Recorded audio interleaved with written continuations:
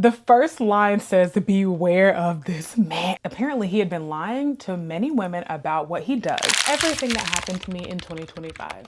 Everything that happened this past year was internal. And sometimes those are the hardest battles that we go through. It was a heavy year for me. And I think it was a heavy year for a lot of people. People are overwhelmed and people are really struggling right now. I really wanted to focus on giving back. So I did 8 days of holiday giveaways. And I also went to Chicago to bring some toys and volunteer for my friend's toy drive, Gifts for Guardians. It was also a really good reminder that I don't have to be in the best place in my life or where I want to be in life to start helping people. And with everything going on, this is definitely a time to lean into community. It's a time to lean into the people who care about you and the people you care about. I got one more thing to share about December. There was a guy, a new guy, okay?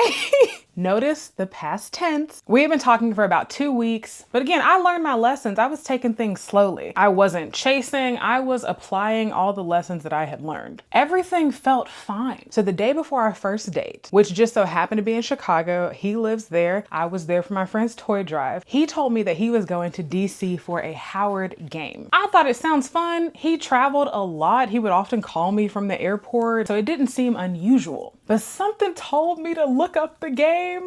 I don't know if it was Holy Spirit. It was something in my gut. And remember, January, we didn't listen to our gut about Guy, but this is December. And we're like, oh yeah, no, these gut feelings, we're listening to them. Holy Spirit, we're listening. And it turns out not only was this Howard game not in DC, it was in North Carolina, there were no other games in DC. And I was just like, well, that was a bold-faced lie. What else could he be lying about? So I decided to Google him. Now, before you get on me, you're like, you should have Googled him. That should have been the first thing you do. I Google him and his photo comes up from LinkedIn. Okay, great, true, yeah, real. Then right next to that photo is one of those, are we dating the same guy post?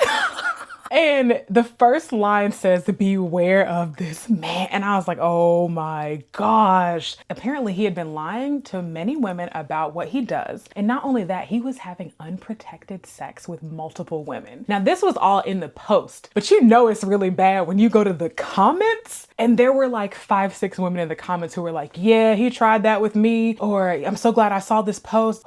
The ladies had nothing good to say about him. So I made up an excuse, told him I had a family emergency, had to run back to Indianapolis, and I never talked to him again. But I'm so proud of myself because, again, we learned our lessons. I didn't feel sad about that. I felt very calm. I felt thankful that I was saved from that date. I spent Christmas with my family. We had a great time, and that was my year.